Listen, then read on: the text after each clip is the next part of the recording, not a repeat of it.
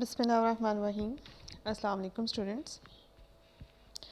जी, आज का लेक्चर जो है वो कॉन्टिन्यूस फंक्शन के ऊपर है टोपोलॉजिकल स्पेस में कि कॉन्टिन्यूस फंक्शंस क्या होते हैं। तो कॉन्टिन्यूस फंक्शंस का कॉन्सेप्ट जो है टोपोलॉजिकल स्पेस में देखते हैं कि क्या होता है।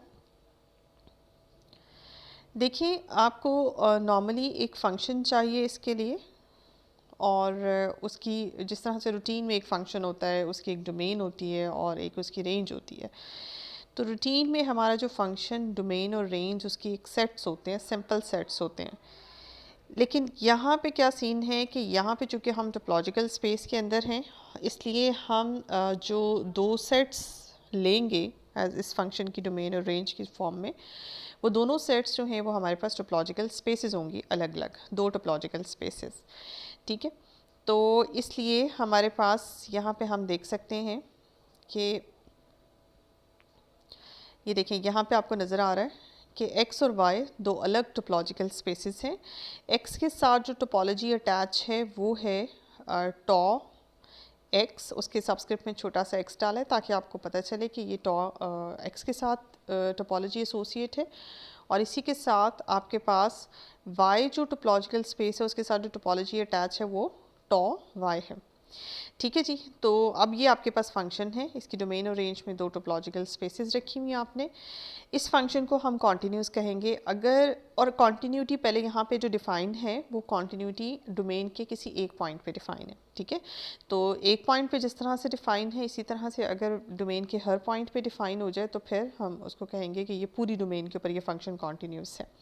फ़िलहाल हम एक पॉइंट पे कॉन्टिन्यूटी यहाँ पे डिस्कस करने लगे हैं। ये जी आपके पास डोमेन में एक पॉइंट है x, और इस पॉइंट पे आपने कॉन्टिन्यूटी चेक करनी है, और वो आपने किस तरह से करनी है, if for every neighbourhood v of f of x। देखिए, आपने ये आपके पास रेंज है y और ये आपके पास डोमेन है x। और आपका ये पॉइंट स्मॉल x यहाँ रखा हुआ है, और इसके करस्पॉन्डिंगली इस पॉइंट का जो इमेज है वो f ऑफ x बनता है, वो y में आता है, नो डाउट। तो f ऑफ x जो है वो y में चला जाता है और x आपका x में है।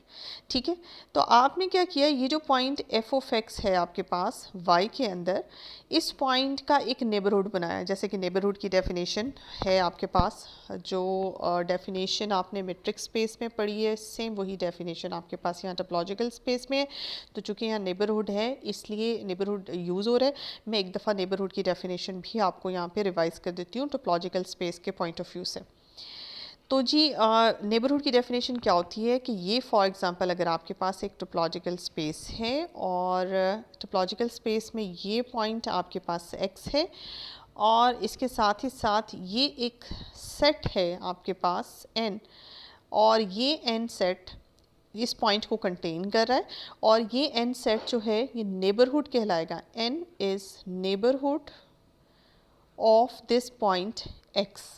अगर क्या हो जाए, अगर एक कंडीशन सेटिस्फाई हो जाए, वो कंडीशन क्या है, अगर आप फॉर एग्जांपल एक ओपन सेट बनाएं जो इस पॉइंट को कंटेन कर रहा हो और वो ओपन सेट इस एन सेट के अंदर कंटेन्ड हो, तो सिचुएशन ये बन जाती है आपके पास कि x उस ओपन सेट u में कंटेन्ड हो, इस ओपन सेट का नाम u रख देते हैं, और वो ओपन सेट इस n में कंटेन्ड हो, तो फिर हम कहेंगे कि n जो है इस पॉइंट x का नेबरहुड पॉइंट कहलाता है।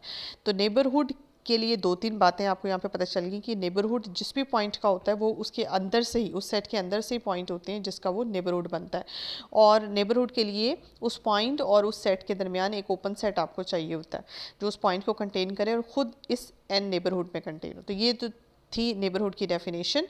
तो इसी डेफिनेशन को लेके चलते हैं और यहाँ पे आते हैं। ये देखें जी, इस डेफिनेशन के अकॉर्डिंग आपके पास क्या है, आपने इस पॉइंट का यानी कि y के अंदर ये जो पॉइंट आपने f ऑफ x देखा है, इस पॉइंट का एक नेबरहुड बनाएं। उस नेबरहुड का नाम रखते हैं जी आप v। ठीक है, ये जो आपने अंदर वाला बनाया है इस नेबरहुड का नाम है v। उस ये जो इमेज पॉइंट है यानी कि x का जो इमेज है, इसका आपने एक नेबरहुड यहाँ पे बनाया, और इस पॉइंट का x पॉइंट का एक नेबरहुड आपने x में बनाया, इसका नाम आपने रखा u। ठीक है, तो आपके लिए अगर आप f ऑफ x का एक नेबरहुड बनाते हैं तो उसके करस्पॉन्डिंगली आपके पास x का भी एक नेबरहुड, आपको स्मॉल x पॉइंट का एक neighbourhood capital x topological space में मिल जाता है, जिसका नाम हम रखते हैं यू। अब इस यू में और इस वी में आपस में रिलेशन क्या होना चाहिए? इस यू में और वी में रिलेशन ये होना चाहिए कि जब हम इस सेट यू का इमेज लेंगे जो कि डेफिनेटली वाई के अंदर आएगा, वो इमेज इस वी के अंदर कंटेन्ड होना चाहिए। तो इसकी फिगर जो है वो क्लियर करके मैं आपको यहाँ पे बना के दिखाती हूँ।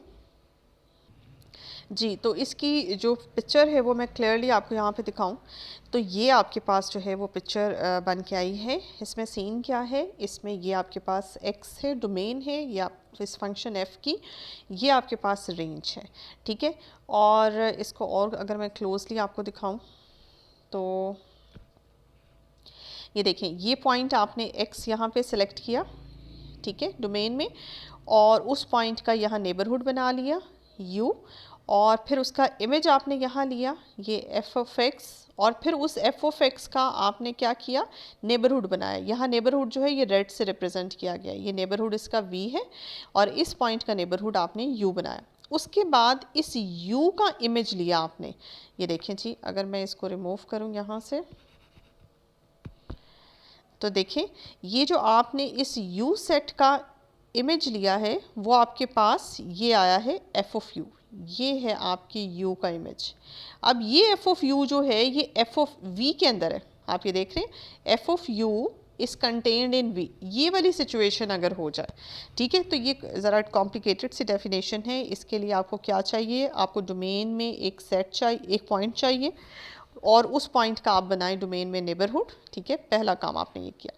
फिर दूसरा काम आपने क्या किया? दूसरा काम आपने ये किया कि आपने उस पॉइंट का इमेज लिया रेंज में एफ ऑफ एक्स, उस एफ ऑफ एक्स का ये बनाया नेबरहुड v, यानी कि डोमेन के पॉइंट का नेबरहुड भी बना लिया और उसका जो इमेज रेंज में बनता है उसका आपने नेबरहुड भी बना लिया। ये दो नेबरहुड्स आपके बन गए।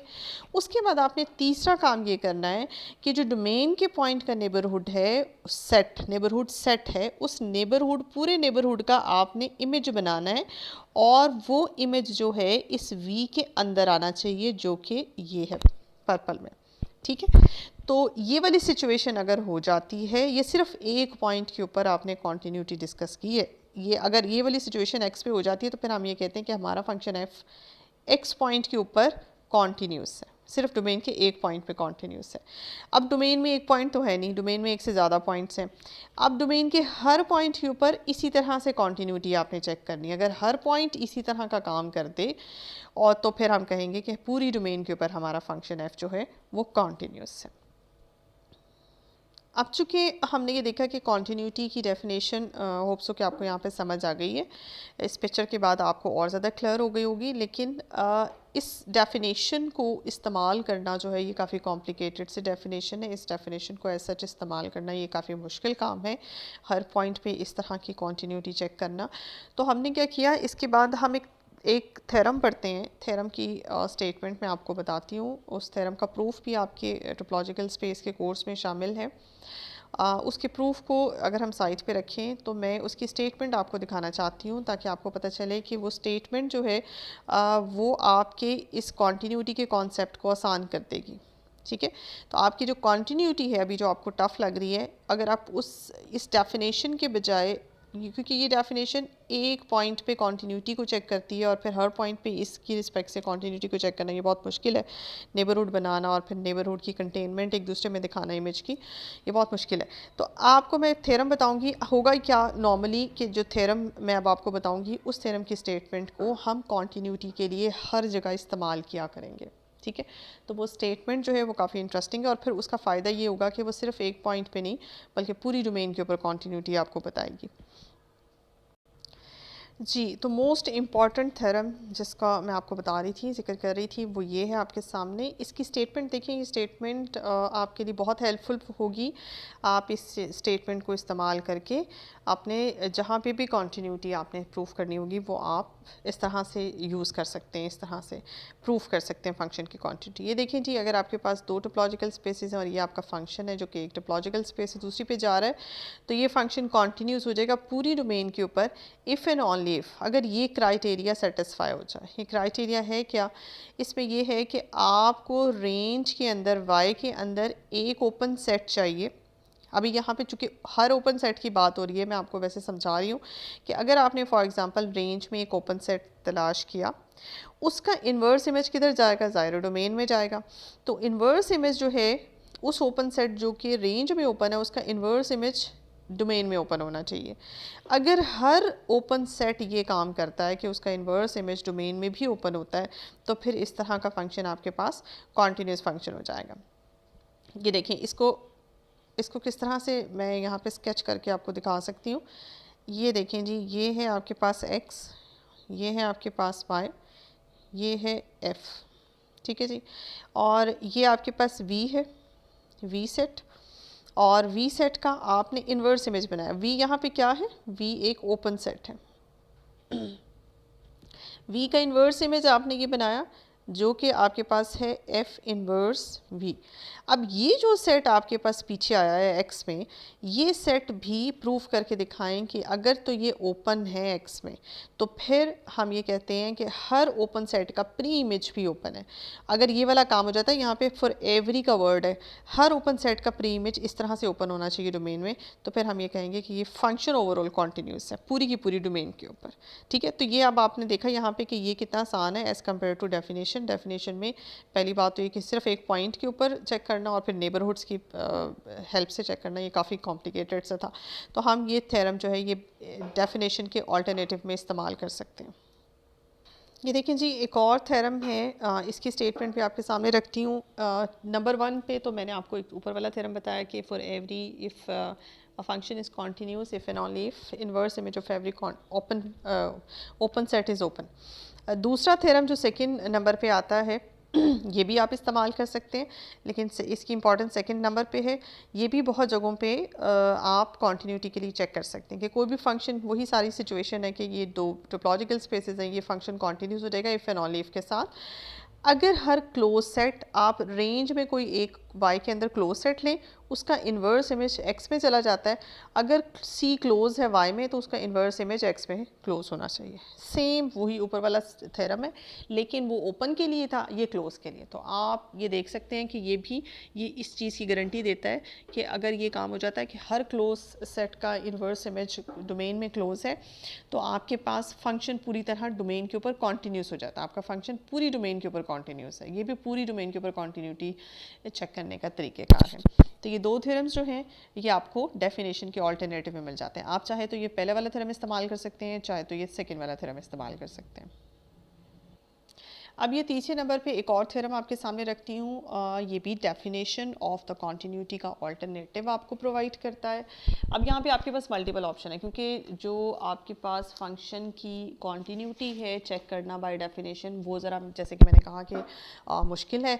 आप उसके ऑल्टरनेटिव में ये दो थ्योरम्स ये और ये तीसरा थ्योरम, ये तीनों थ्योरम्स में से जो भी थ्योरम आपको आसान लगता है आप इसको यूज़ कर सकते हैं। जबकि मुझे पहले दो थ्योरम ज़्यादा आसान लगते हैं। तीसरा थ्योरम मैं आपको इसकी स्टेटमेंट बता देती हूँ है क्या, कि इसी तरह से कोई भी फंक्शन कॉन्टीन्यूस होता है पूरी की पूरी डोमेन के ऊपर if and only if for every subset A of domain, यानी कि आप डोमेन एक्स में से कोई भी एक सबसेट लेते हैं, ठीक है। ये आपके पास डोमेन है एक्स और इसमें से कोई भी आपने एक सबसेट उठाया, उसके बाद आपने उस सबसेट का लिया कुलैयर, ठीक है, और फिर उसके बाद फंक्शन उसके कुलैयर के ऊपर फंक्शन अप्लाई किया।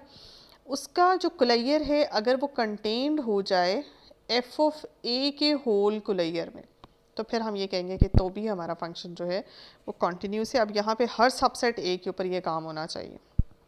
ये जो कंडीशन है ये किसी भी सबसेट के ऊपर पूरी होनी चाहिए। यहाँ पे ये नहीं है कि ये ओपन सबसेट हो या क्लोज सबसेट हो, हर सबसेट के ऊपर ये बात होनी चाहिए। तो ये जो है ये थोड़ा इसका भी प्रूफ आपके कोर्स में शामिल है। ये तीनों थ्योरम्स प्रूफ के साथ आपके कोर्स में शामिल हैं।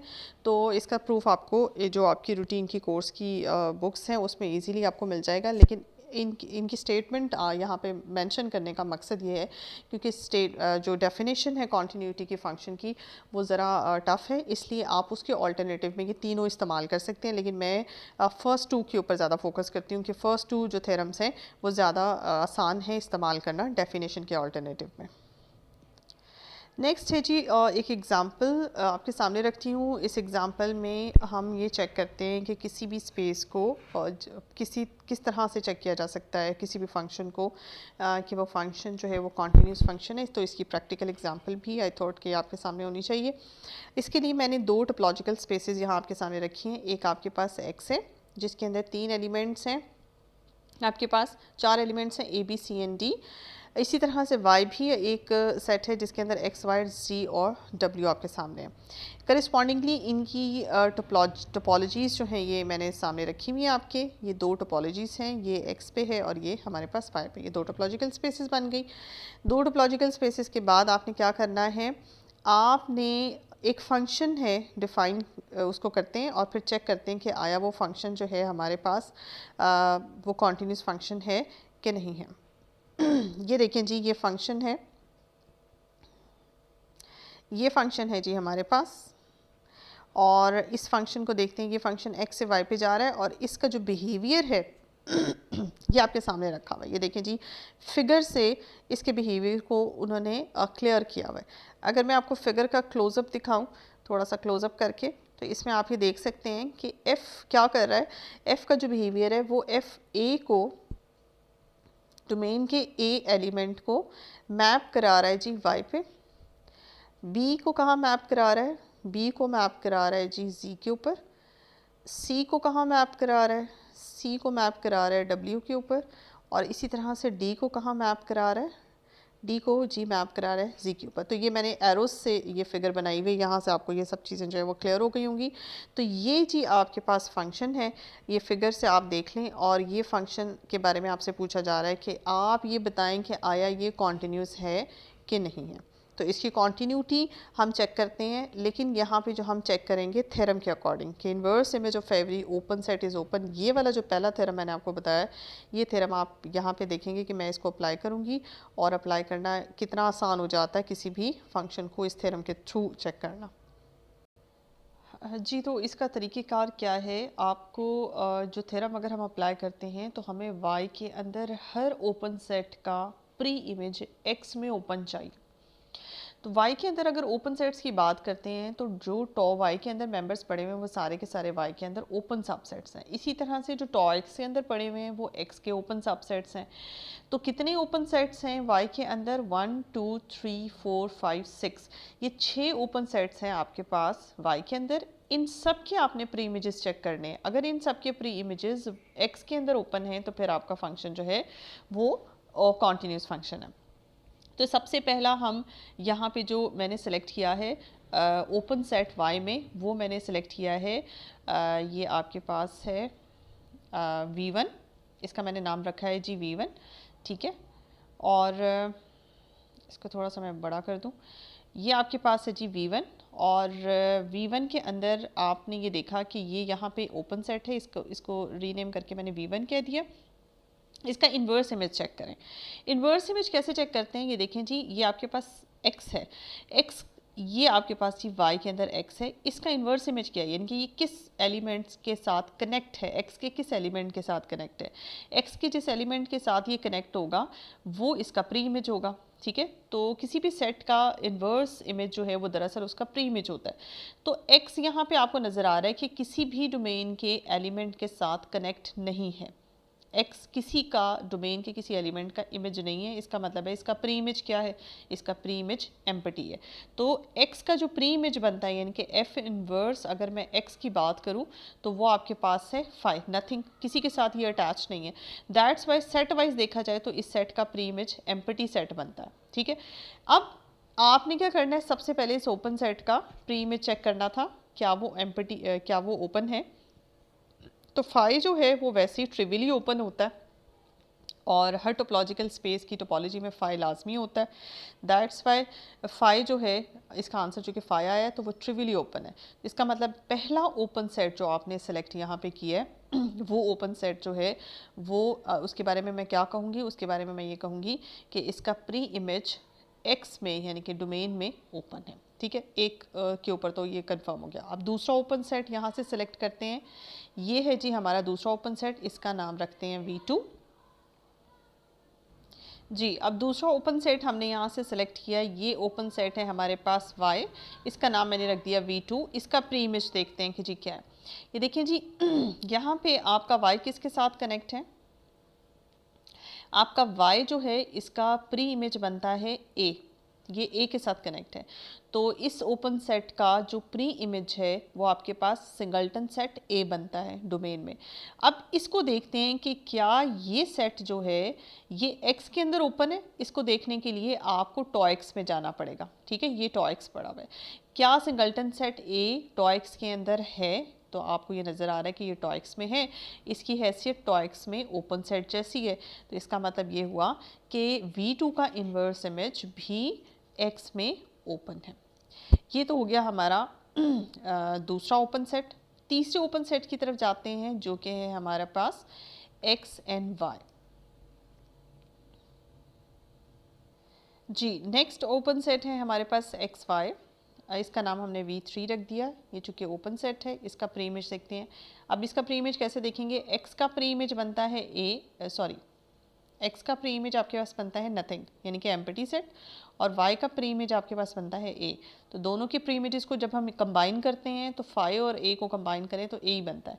अब ये जो V3 का प्री इमेज आया है, क्या ये टॉक्स में ओपन है, तो अभी हमने देखा कि ये टॉक्स में ओपन था, इसका मतलब है V3 का प्री इमेज भी ओपन है। ठीक है, अब चलते हैं V4 की तरफ, ये चौथे ओपन सेट की तरफ चलते हैं। जी, तो अब चौथे ओपन सेट की तरफ चलते हैं। चौथा ओपन सेट है YZW का प्री इमेज देखते हैं। देखिए जी, Y का प्री इमेज है A, Z का प्री इमेज है B, और साथ ही DB है, और W का प्री इमेज क्या बनता है आपके पास, W का प्री इमेज आपके पास C बनता है। तो इन सबको इकट्ठा करें, Y, Z और W, इन सब के प्री इमेजेस बनते हैं ABCD। ABCD आपके पास X बनता है, और X जो है वो टॉक्स के अंदर मौजूद है एज एन ओपन सेट। तो V4 का प्री इमेज भी आपके पास एक ओपन सेट है, यानी कि V4 ओपन सेट का प्री इमेज भी ओपन है डोमेन में। अब आपके पास दो ओपन सेट बच गए, कौन से वाले, एक आपके पास 5 बच गया और एक आपके पास Y खुद बच गया। V5 को मैंने 5 कहा है, देखिए इन 5 सेट का इन्वर्स इमेज भी 5 ही होता है, दैट्स वाई वो ट्रिवियली ओपन होगा। और जहाँ तक बात है Y की, पूरे Y का अगर आप प्री इमेज देखें तो देखें पूरे Y में से X का प्री इमेज तो नथिंग है, Y का प्री इमेज A है, Z का प्री इमेज आपके पास B भी है और D भी है, और W का प्री इमेज आपके पास C है। तो पूरे Y का जो प्री इमेज बनता है वो पूरा X बनता है। तो V6 में जो हमने ओपन सेट लिया है पूरा Y, उसका प्री इमेज पूरा X बनता है, और ये भी टॉक्स में ओपन है। तो आपने यहाँ पे देखा कि हमने किस तरह से अपने थ्योरम का इस्तेमाल करते हुए, कौन सा थ्योरम, कि pre image of every open set is open then your function is continuous. तो इस फंक्शन थ्योरम की स्टेटमेंट को इस्तेमाल करते हुए किस तरह से हमने यहाँ पे प्रूव किया, टॉक्स भी थे हमारे पास, टॉ वाई भी था, दो टोपोलॉजिकल स्पेसेस थी, और इनको हमने यहाँ पे चेक किया कि किस तरह से हमारा फंक्शन जो है वो कॉन्टिन्यूस है। तो अब अभी तो आपने एक प्रैक्टिस कर लेते हैं एक और फंक्शन की। इस वक्त मेरे पास जो फंक्शन है वो f है, एक और फंक्शन मैं यहाँ पे आपको दिखाती हूँ, आप उसकी भी प्रैक्टिस कर लें। जी, ये देखिए एक और प्रैक्टिस के लिए सेम यही आपके पास दो टोपोलॉजिकल स्पेसेस हैं x और y, और एक नया फंक्शन मैंने आपके सामने रखा है g। अब g जो है वो डिफरेंट तरीके से डिफाइन है, ये a को x पे मैप करा रहा है, b को भी x पे मैप करा रहा है, C को Z पे मैप करा रहा है, और D को यहाँ पे W पे मैप करा रहा है। अगर आप इसे यहाँ पे क्लोजली देखना चाहते हैं तो आप इसे क्लोजली देख सकते हैं। यहाँ पे आप एक चीज़ गौर करें कि यहाँ पे आपको Y का प्री इमेज कोई नहीं मिलेगा, तो Y का प्री इमेज यहाँ पे एम्प्टी है। ठीक है जी। अब इसमें देखें आपके पास पहला ओपन सेट आपने अगेन x लिया, जिसका नाम आपने v1 रखा। इसका प्री इमेज देखें x का प्री इमेज इस वक्त आपके पास क्या है, x के प्री इमेजेस दो हैं, एक a है और एक b है। तो यहाँ पे g इनवर्स v1 का जो प्री इमेज बनता है वो a और b दोनों बनता है। अब इस सेट को जाके x में देखें, टॉक्स में देखें क्या ये ओपन है, तो ये देखेंगे टॉक्स में ओपन सेट है। तो इसका मतलब है pre image of this open set is inverse image, या आप कह सकते हैं inverse image of this open set is open in x। ये तो हो गया v1। अब चलते हैं v2 की तरफ। v2 क्या है आपके पास, y सेट है, y सेट का प्री इमेज देखते हैं। y सेट में चूंकि एक ही एलिमेंट है, सिंगल्टन सेट है, एक्स ही आपके वाई आपके पास पड़ा हुआ है, तो वाई का प्री इमेज क्या है? अब वाई का प्री इमेज जैसे मैं आपको पहले ही बता चुकी हूँ, एफ इनवर्स वाई जो है वो आपके पास 5 है, तो 5 ट्रिवियली ओपन होता है, इसलिए इसका प्री इमेज भी आपके पास, इस ओपन सेट का प्री इमेज भी ओपन है। तीसरा सेट देखते हैं आपके पास एक्स वाई। एक्स और वाई को जब आप देखेंगे तो एक्स का प्री इमेज तो आपके पास बनता है inverse image of this set X Y. X का प्री इमेज जो है वो आपके पास ए और बी बनता है, वाई का प्री इमेज कुछ नहीं है, तो एक्स वाई का जो प्री इमेज ओवरऑल बनता है वो ए बी बनता है। ये सेट अगेन टॉक्स में ओपन है।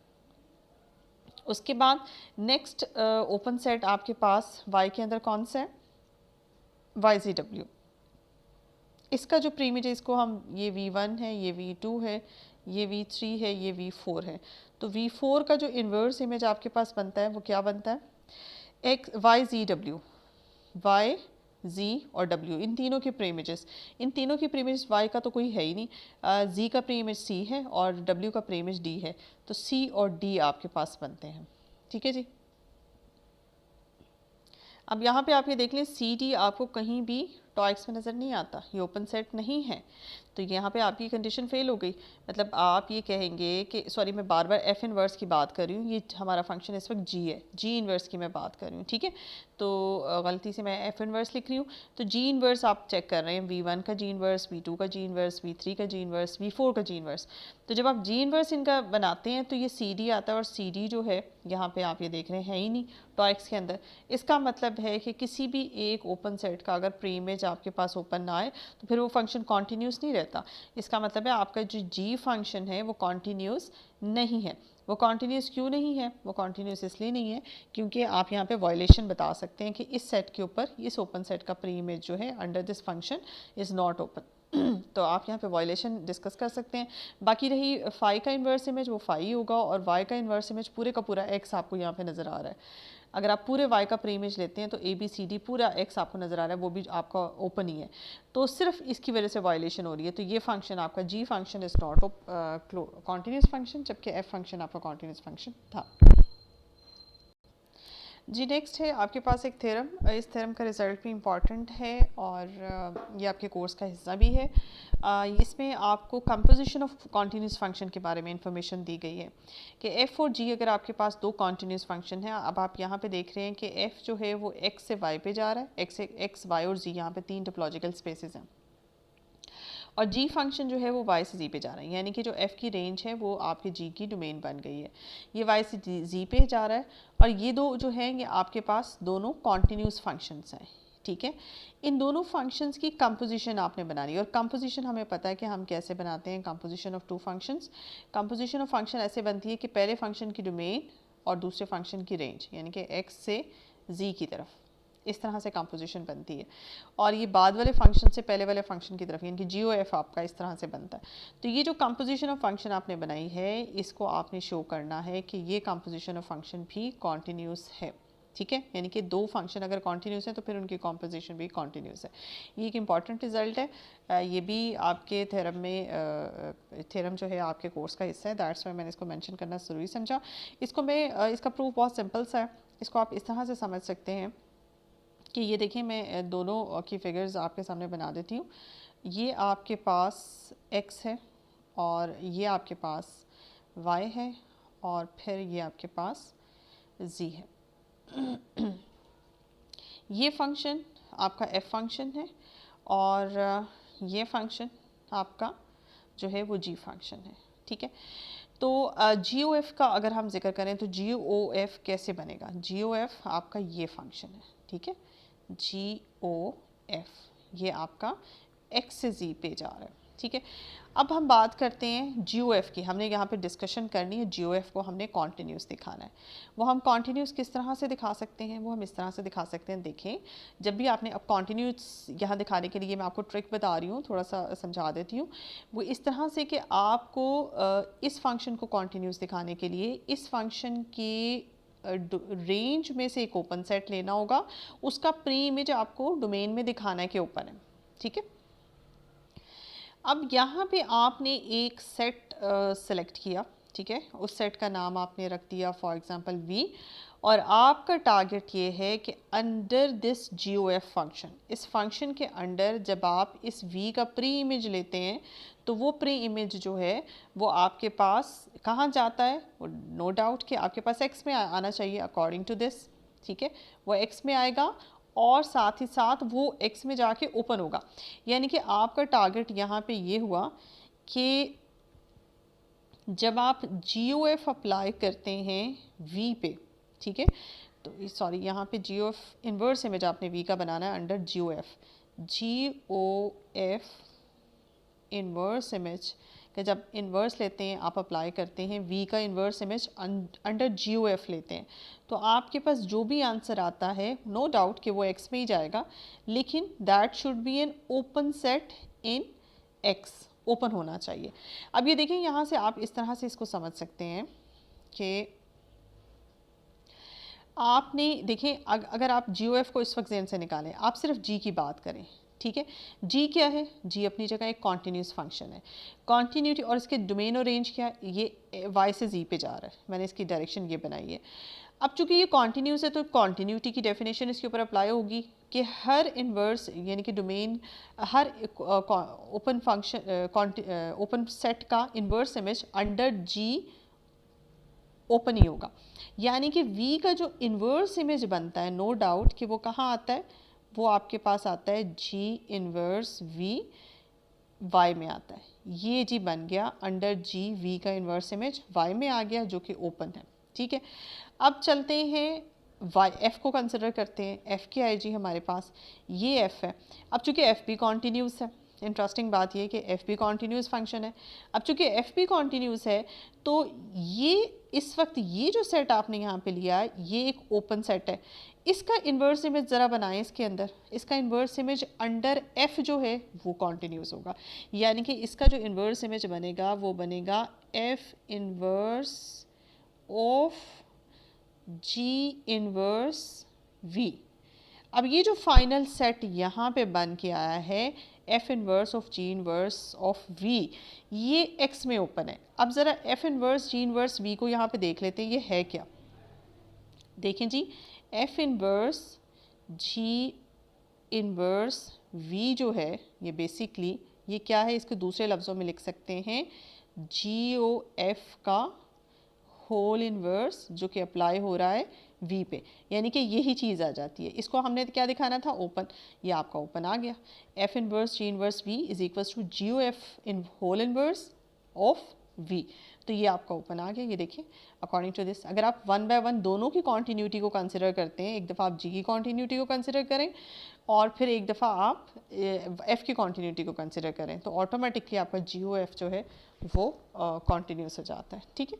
तो इस तरह से आप इसका प्रूफ इजीली कर सकते हैं। मैंने आपको हल्का सा यहाँ पे इसके हिंट दे दिया कि किस तरह से आपने GOF की कॉन्टीन्यूटी के लिए F और G दोनों की कॉन्टीन्यूटी को यूज़ करना है। जी नेक्स्ट है हमारे पास में इस टॉपिक से रिलेटेड जितनी भी इंपॉर्टेंट प्रोपोजिशंस, क्रॉलरीज और थ्योरम्स हैं ये मैं आपको ज़रूर यहाँ पे मेंशन कर रही हूँ। कुछ के प्रूफ्स मैंने आपसे कहा कि ये सारे प्रूफ ही आपके कोर्स के अंदर इम्पॉर्टेंट हैं और इंक्लूडेड है और रिज़ल्ट्स भी इनके बड़े इंपॉर्टेंट हैं क्योंकि जैसे मैंने पहला थ्योरम शुरू के थ्योरम्स बताए, इन सब थ्योरम्स के रिज़ल्ट्स जो हैं वो आपस में एक दूसरे को प्रूव करने के लिए यूज़ होते हैं। ये जो प्रोपोजिशन है आपके पास ये देखें जी ये बहुत इंपॉर्टेंट है। इसमें आपको क्या बताया जा रहा है, ये प्रोपोजिशन भी आपको किसी भी फंक्शन की कॉन्टीन्यूटी चेक करने का एक क्राइटेरिया प्रोवाइड कर रहा है। अभी तक हमने किसी भी फंक्शन की कॉन्टीन्यूटी को डेफिनेशन से हट के 3 थ्योरम्स ऐसे देखे हैं जो कि डेफिनेशन का ऑल्टरनेटिव प्रोवाइड करते हैं, उसमें ये चौथा ऑल्टरनेटिव है। अब ये क्या है कि कोई भी फंक्शन कॉन्टीन्यूस होता है पूरी की पूरी डोमेन के ऊपर if and only for every basic open set in Y। देखें यहाँ पे X एक टोपोलॉजिकल स्पेस है, Y एक टोपोलॉजिकल स्पेस है, इसकी अपनी एक टोपोलॉजी है और Y की भी अपनी एक टोपोलॉजी है और साथ ही साथ इनकी अपनी ज़ाहिर टोपोलॉजीज़ हैं तो फिर टोपोलॉजीज़ के साथ कनेक्टेड बेसिस भी हैं। इसकी अपनी बेस है, इसकी अपनी जो है वो बेस है। अब यहाँ पे जो रेंज के अंदर बेसिक ओपन सेट है, यानी कि बेसिस का जो मेंबर होगा, नो डाउट कि वो भी टोपोलॉजी के अंदर से ही होता है, इस लेकिन चूंकि वो बेसिस पे होता है इसलिए हम उसे बेसिक ओपन सेट कहते हैं। तो रेंज की जो बेसिक ओपन सेट है उसका इन्वर्स इमेज डोमेन में ओपन होगा। पहले हमने क्या थ्योरम इस्तेमाल किया, हमने कहा कि रेंज का हर ओपन सेट जो है उसका इन्वर्स इमेज ओपन होना चाहिए, लेकिन यहाँ पे हम क्राइटेरिया दे रहे हैं और मतलब अपने रिज़ल्ट को थोड़ा सा श्रिंक कर रहे हैं कि अगर बेसिक ओपन सेट के इन्वर्स इमेजेस भी डोमेन में बेस ओपन हो जाए तो भी आपका फंक्शन कॉन्टीन्यूस होता है। ठीक है, तो ये इंपॉर्टेंट रिजल्ट है। इस रिज़ल्ट को भी आप कॉन्टीन्यूटी की डेफिनेशन में इस्तेमाल कर सकते हैं। ये देखें जी, अब एक और थ्योरम है, इसका रिज़ल्ट भी मैं आपको साथ ही मेंशन कर दूं। जैसे हमने बेसिक ओपन सेट पढ़ा, इसी तरह से हम सब बेसिस का भी पढ़ते हैं कि कोई भी फंक्शन कॉन्टीन्यूस होता है पूरी की पूरी डोमेन के ऊपर if and only if inverse of each member of S. S क्या है देखें, जैसे मैं बात करती हूँ एक्स की के साथ कोई ना कोई टोपोलॉजी अटैच है, उसके साथ कोई ना कोई बेसिस अटैच है, और बेसिस के साथ कोई ना कोई बेसिस की सब बेसिस होती है। ठीक है, आपकी टोपोलॉजी की एक सब बेसिस भी होती है जो कि एक हर टोपोलॉजी के साथ एक फिक्स होती है। तो ये आपकी डोमेन की बेसिस, सब बेसिस और ये टोपोलॉजी होगी। इसी तरह से वाई के साथ एक टोपोलॉजी अटैच है, उसके साथ सब बेसिस अटैच है और फिर टोपोलॉजी के साथ एक सब बेसिस भी अटैच है। तो यहाँ पे एस जो है ये आपके पास रेंज की सब बेसिस है। अब यहाँ पे फंक्शन का को कॉन्टीन्यूस होने का क्या क्राइटेरिया प्रोवाइड किया जा रहा है कि अगर सब बेसिस का हर मेंबर का inverse image, if the inverse image of every member of this, अगर इस रेंज के सब बेसिस के हर ओपन सेट का इन्वर्स इमेज डोमेन में ओपन है तो हम ये कहेंगे कि हमारे पास क्या है कि ये फंक्शन कॉन्टीन्यूस है। अब कॉन्टीन्यूटी का ये एक पांचवा जो है आपको स्टैंडर्ड क्राइटेरिया यहाँ पे प्रोवाइड, यानी कि आप बेसिस के अलावा सब बेसिस, रेंज की सब बेसिस के मेंबर्स का इन्वर्स इमेज भी चेक कर सकते हैं। तो ये तो थी जी आज के लेक्चर में हमने कॉन्टीन्यूटी देखी, किसी भी टोपोलॉजिकल स्पेस के अंदर कॉन्टीन्यूटी का कॉन्सेप्ट हमने देखा कि फंक्शंस कैसे कॉन्टीन्यूस होते हैं। यहाँ पे जितनी मैं आपको रिलेटेड थ्योरम्स और एग्जांपल्स करा सकती थी मैंने कराई हैं। आई विल ट्राई कि मैं नेक्स्ट लेक्चर में इंशाल्लाह कुछ मज़ीद इसकी एक्सप्लेनेशन के लिए मज़ीद कुछ एग्जांपल्स डालूँ ताकि आपको मज़ीद एक अच्छी प्रोवाइड हो जाए, एक आपके अच्छे नोट्स बन जाए, आपके अच्छे जो हैं वो एक कलेक्शन हो जाए, आपको हर तरह से पता चल जाए। तो नेक्स्ट लेक्चर में मैं कुछ करवाऊंगी इसकी कॉन्टीन्यूटी। तो फ़िलहाल ये लेक्चर जो है यहीं पे ड्रॉप करते हैं। इंशाल्लाह नेक्स्ट लेक्चर में मज़ीद कुछ कॉन्टीन्यूटी की एग्जांपल्स देखेंगे।